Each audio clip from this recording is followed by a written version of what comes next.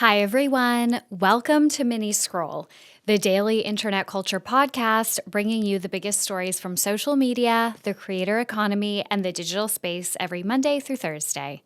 I'm your host, Lauren Meisner, the founder of the youth digital media brand, Centennial World. Welcome back to Mini Scroll, everyone. Happy Monday. There were so many stories for you guys today. I really had to pick and choose, but I think I have 5. I have a lot of stories. Some of them are quite short, but it was just a news and trend-filled weekend, so let's just get right into it. The first story that I have is that Olsen is shifting his narrative by using his spam account to create inside jokes with his followers. So following a very difficult few months, TikTok star Olsen has been using his spam account to regain control of his narrative. At the beginning of August, Chris had a mini, almost like a breakdown on his public account to 13 million followers, where he opened up about the harassment, doxing, and abuse that he receives constantly as a content creator for simply being seen as like cringe or embarrassing. Part of this harassment, he explained, was that intimate photos that a photographer took of him when he was much younger, starting out in the industry, were starting to circulate. And there was this narrative that he was like a past porn star. So now, about a month after all of this, Chris is trying to reclaim his narrative, and he seems to be using his spam account to do so. So Chris's spam account has over 4 million followers. It's like 4.4 million followers, and it is private. Over the past week or so, he's been reportedly asking his followers to spread like certain rumors about him as kind of an inside joke. And part of this inside joke is that they must call him Christopher Olsen instead of Chris Olsen to easily identify who was part of the inside joke and who's like doing this kind of to be on Chris's side. So if you guys see TikToks where it's like Christopher Olsen, then you know that this is part of this inside joke. This is part of like his spam account community. So some of the rumors include that he and Jonathan Bailey were seen flirting at the Emmys, that he's brothers with the Olsen twins, which is believable. And one that went super viral was that he sold his coffee company for $100 million. So I don't really know what the reason behind him doing this on his spam account is. It's probably partly just for fun. I think it's partly to get some more followers.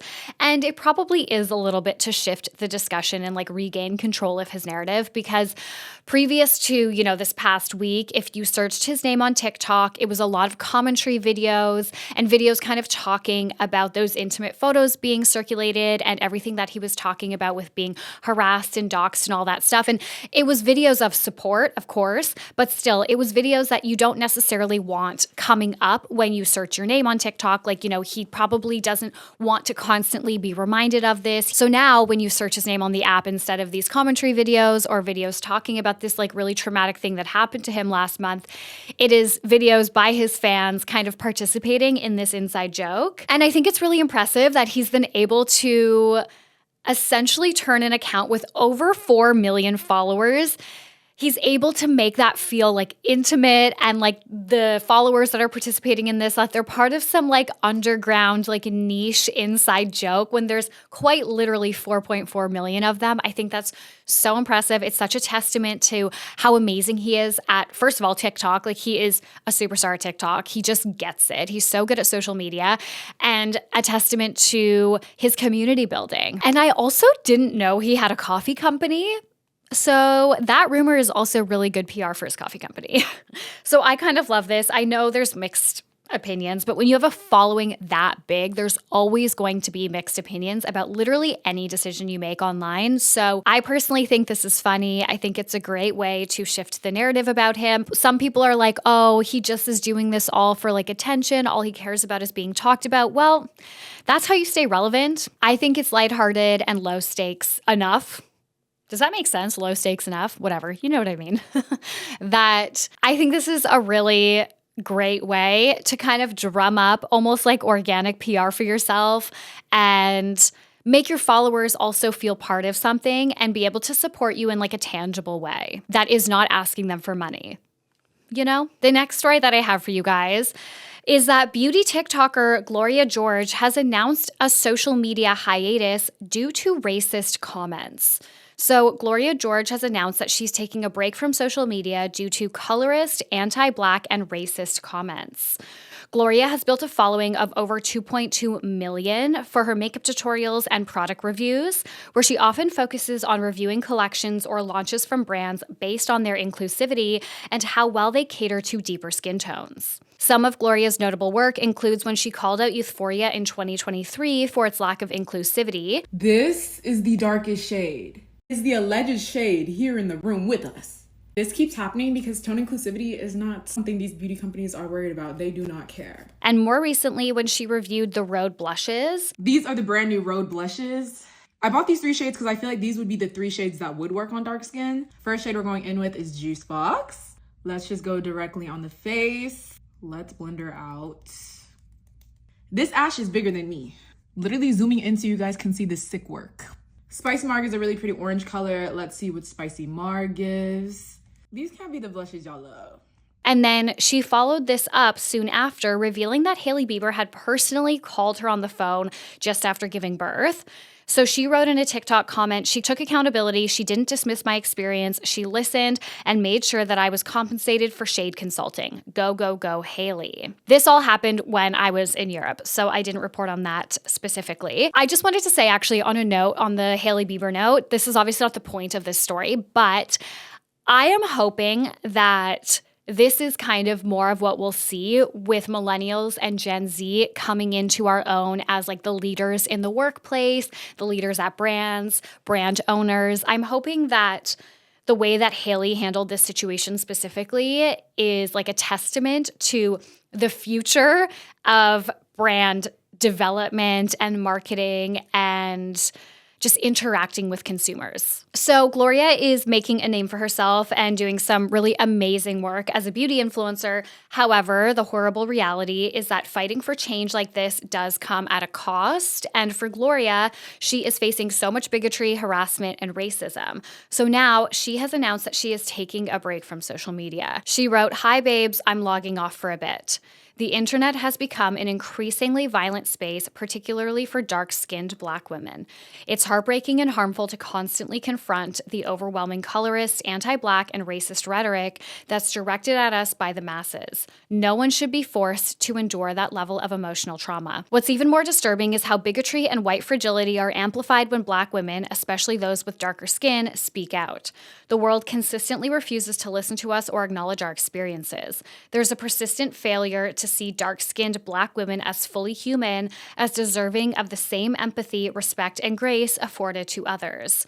We are often dehumanized, either erased or harshly criticized because the world doesn't know how to engage with our existence beyond stereotypes and shallow narratives. This is a harsh reality. Society has long been conditioned to dismiss us, to see us as less deserving of care and protection. That dehumanization allows for the continued disrespect and disregard of our voices, our bodies, and our contributions. This has to change. Black women deserve to be treated with dignity, Black creatives deserve recognition and respect, and dark-skinned women deserve to be seen, valued, and humanized in every sense. We are not here to be performers for the world's consumption, nor are we here to be your punching bag. We are here to live fully with the humanity that should never be questioned or denied." Gloria. This is just so sad. Like, Gloria is such a force in the industry. Like I said, she has been really building her following, building a name for herself, her credibility over the last, particularly, I would say 2 years, but of course she's been doing social for a while. And this is just the very sad reality, I think, for so many Black women that are online in general, period, as influencers, but especially who are discussing inclusivity, diversity, all of those topics that are so important to be discussed. And I just cannot understand why you as a white person would be triggered or upset by somebody explaining their experience with not feeling included. Just because Black women are asking for more inclusive shade ranges doesn't mean that those brands are going to make less shades that are available to you. And even if that actually is what that means, there are literally thousands of makeup brands on the market.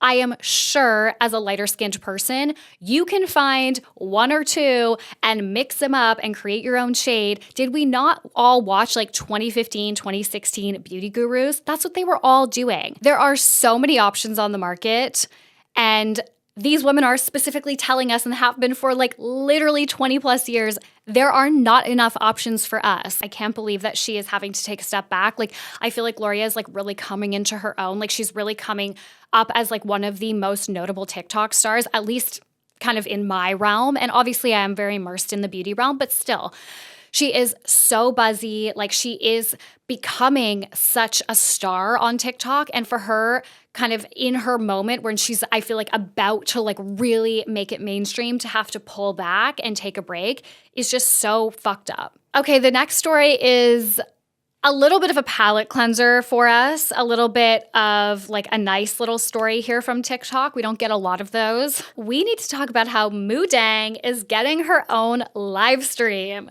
So Moo Deng is this week's most viral TikTok star. She is a 2-month-old pygmy hippo from the Khao Keo Open Zoo in Thailand, and she is literally everywhere because she's just so cute. Like, I don't know, it's just one of those moments on the internet where we've all collectively come together and decided Moo Deng is like this week's queen. We love her because she is so wholesome. This is like the cutest content ever. She is like, oh my God, I'm obsessed with her. I've been sending videos of her to Sean literally all weekend. She reminds me so much of Pumpkin, my dog.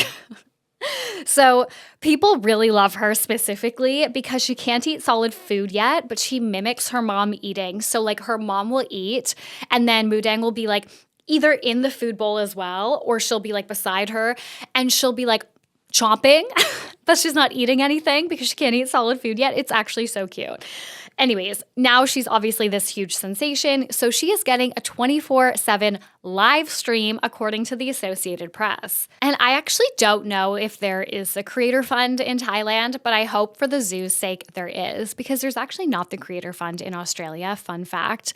I don't think a lot of people know that, but there's actually not the creator fund in a lot of countries. So Moo Deng, regardless though, even if there is no creators fund, she has increased the zoo's visitorship. So apparently the zoo had over 10,000 visitors just last weekend, and I can't even imagine how many they had this weekend because she is even more famous now. Okay, the next story that I have is that Taylor Frankie Paul is rumored to have split from her boyfriend amid Secret Lives of Mormon Wives controversy. So, Secret Lives of Mormon Wives star Taylor Frankie Paul teased over the weekend that she may have split from her boyfriend Dakota. So, Taylor and Dakota starred in the first season of Secret Lives of Mormon Wives, which just aired a couple of weeks ago. Upon the show's release, fans had big concerns about their relationship, as Dakota seems controlling and possibly emotionally or verbally abusive based on some of the texts that were shared on the show. And some of like Macy, for example, one of Taylor's besties, was like, I'm concerned about him. So just based on like what we saw on the show. The first season documents the couple getting pregnant and preparing for their first baby together, where they spend basically the entire season fighting, and almost everyone on the cast is talking about how they should break up. Anyways, now Taylor has posted this TikTok that has fans questioning if she and Dakota have split. In the TikTok, Taylor looks like she's crying to the sound, "I had to go through hell to prove I'm not insane. I had to meet the devil just to know his name," with the text, "Not me," slowly morphing into 2022 me over top of it. So that was already sus, but then her castmates and Mom Talk besties, Macy and Michaela, commented. So Macy wrote, "This new chapter will be better than ever. Lean on us. We got you, baby." And Michaela wrote, "Always here for you, BB." It's hard to know because Taylor posts a lot of clickbait stuff, and her actual like start on TikTok was she would make up these rumors about herself, or like, I don't know, I guess it was kind of like lies. She would make up these lies about her story and tell them as if they were fact. She was like trolling. She was like giving like big troll energy. So it is hard because she is kind of like a troll, and maybe it is just, you know, to drum up some more press for the show. But the show has a lot of press, and there is already a lot of controversy with her and Dakota. So I would actually be surprised, because now she has a baby with Dakota. Like, I would be surprised if she was using, you know, the rumors about their relationship and the opinions about their relationship to troll, but who knows? Anyways, guys, that's it for Mini Scroll today. Thank you so much for listening. Please remember to rate, review, and subscribe. We need some more Apple reviews. I feel like we were getting a lot last year, and now we're getting a lot more like YouTube comments and reviews. So if you guys are on Apple and you haven't left us a review, please do. I love you guys, and I will talk to you tomorrow. Bye.